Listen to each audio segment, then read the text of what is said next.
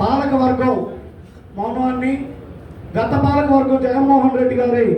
పాలకవర్గంలో చేసిన మోసాలని వారి దందాలని ప్రశ్నించడంలో ప్రస్తుతం పాలకవర్గం తెలుగుదేశం పార్టీ మౌనాన్ని ఎండగట్టే విధంగా ప్రతి ఒక్క నాయకుడు కార్యకర్త పనిచేయాలి. కానీ ఎక్కడో సోషల్ మీడియాలో ఉంటామంటూ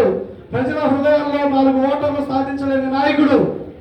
సోషల్ మీడియాలో 30 సంవత్సరాల సీనియర్ని నేను 40 సంవత్సరాల నుంచి పార్టీలో ఉన్నానని చెప్పుకోవడం 4 ఓట్లు సాధించలేని నాయకులు కూడా ఇది మనస్సాక్షిని ప్రశ్నించుకొని సిగ్గుపడాల్సిన అవసరం ఉన్నదని కూడా తెలియజేస్తూ ప్రతి గ్రామానికి వెళ్ళాలి, ప్రతి మండలంలో ఉన్నటువంటి సమస్యల పట్ల తెలుసుకోవాలి. ఆ సమస్యలపై మనం కాంగ్రెస్ పార్టీ తరఫున పోరాట ప్రతిమని చాటాలి, ప్రజలకి దగ్గరగా కాంగ్రెస్ పార్టీని చేర్చాలి. అధికార పార్టీలు ప్రతిపక్ష పార్టీలు గత 10 సంవత్సరాలుగా ప్రజలని పట్టి పీడిస్తున్నటువంటి పిశాచుల్లా రక్తాలు తాగే రాక్షసుల్లా ప్రవర్తన తీరుని భారతదేశానికి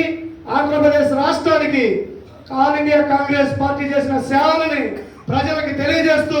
ప్రజల మన్ననలు పొందుతూ ప్రజల ఓటర్లని అఖండ మెజారిటీతో రానున్న రోజుల్లో దేశంలో రాహుల్ గాంధీ గారిని ప్రధానిగా చేయాలి, రాష్ట్రంలో వైఎస్ షర్మిలారెడ్డి గారిని ముఖ్యమంత్రిగా చేసుకునే విధంగా మనందరం కృషి చేయాలి తప్ప విమర్శలకు తారు తీసి నేను 40 సంవత్సరాల సీనియర్ని 30 సంవత్సరాల సీనియర్ని అని చెప్పుకోవడం 4 ఓట్లు సాధించలేని నాయకులకు సిగ్గుచేటుగా భావించుకోవాలని తెలియజేస్తూ నా తప్పులుంటే క్షమించాల్సిందిగా కోరుతున్నాను అధ్యక్షుడు.